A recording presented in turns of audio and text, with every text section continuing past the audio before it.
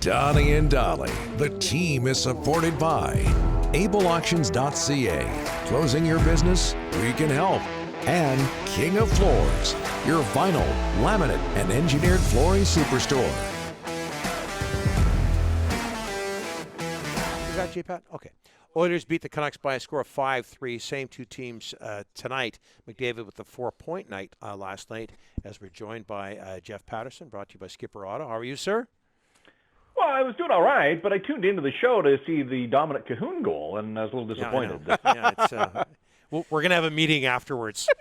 It'll that might have been the pretty. McDavid had 4 points. That might have been the prettiest goal of the night. Well, yes. And look, late in the second, Jeff, it was an important goal too. Yeah, well, it ended up being the winner, if I'm not mistaken. Jeff, can the Canucks be satisfied with a valiant effort?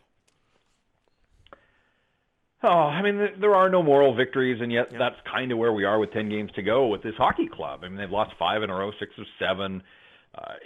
The schedule is an absolute beast. We've talked about that. And then on top of the schedule, it's, a couple against Austin Matthews, and now 4 in a row against Connor McDavid if he plays all 4. I mean, if he gets to 100, maybe he takes the night off here. I'm sure the Oilers would love to sit him and Draisaitl down, but there's no way you're taking McDavid out of the lineup when he's on this quest for history. So, I thought Saturday in Toronto, the first 40 minutes, I thought that was maybe the most inspired I've seen the Canucks maybe since the first game out of the COVID break. But then Matthews is a game breaker, and he makes it look easy. And then last night, it's funny.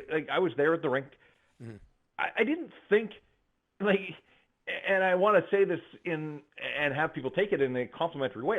I didn't think McDavid was anywhere close to as good as I've seen him in other games, and yet the great ones find a way to contribute on 4 of the 5 goals that their team score. It wasn't end-to-end stuff. There wasn't a ton of highlight reel material. I thought maybe his best play, and it was really sort of, it took me back to what the Sedins used to do against the Oilers all the time. That first goal, the Puljujärvi goal, the Canucks are so focused on McDavid and Draisaitl as they should be, and it looked like it was going to be a give and go, but McDavid is 3 moves ahead of everybody, and he sees Puljujärvi all alone.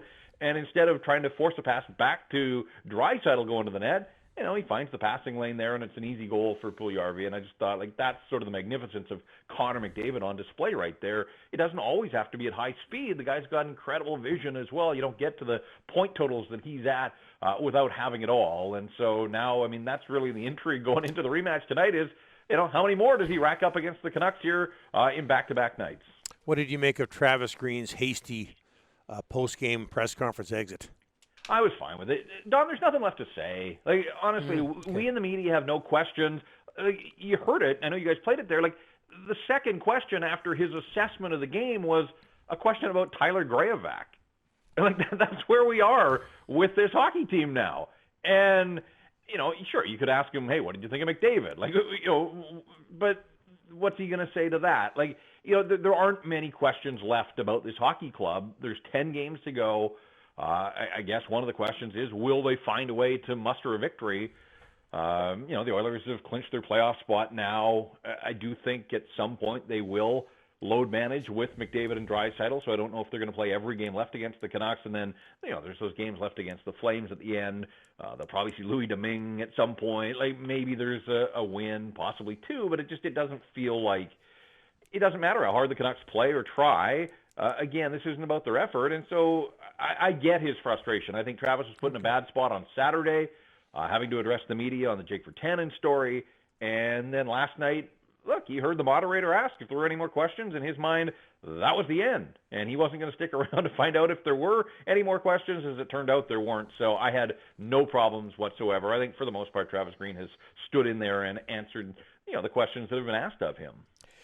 Jeff, the Sea of Granlunds has popped up a lot this week. I'm looking at VC 10 games, no points. Boyd 9 games, no points. Highmore 8 games, no points.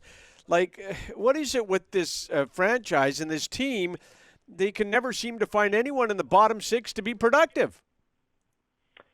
Yeah, it's a massive issue. And given their salary structure, I don't see how that gets a whole lot better. This is supposed to be an audition to see who might be a part of the solution moving forward. Jimmy Vesey's had 10 games. He's been moved all over the lineup. There's no bottom line there. And, I can't imagine that the management and coaching staff has seen enough out of Jimmy Vesey to think that that's a guy that they've got to bring back next year. You know, Travis Boyd, you'd love to see a bottom line from any of these guys. You know, there might be something to Travis Boyd as a fourth-line player, but, man, he looks like an interchangeable part with the rest of them, to the point when the Tramkin news broke over the weekend. Like, I went back to look at the final roster, the night that Willie D, and it turned out it was Tramkin's final game in the National Hockey League. And so the final game that Willie D coached for the Vancouver Canucks, and, you know, sure enough, it's a lineup that had, I mean, we always sort of, you know, Chaput and Magna have become sort of the punchline in Vancouver. Drew Shore was in that lineup. They had 8 defensemen dressed that night, and so 2 of them clearly were playing out of position. But I feel like that was 4 years ago, and we have covered no ground. Like, we are right back. Where is the progress? And that's the issue with this idea of 2 more years. 2 more years to what? Like, you can say 2 more years, but you don't just snap your fingers in 2 years and become a Stanley Cup contender. And there's no guarantees. There's no guarantee in 2 years. You have to build out a roster.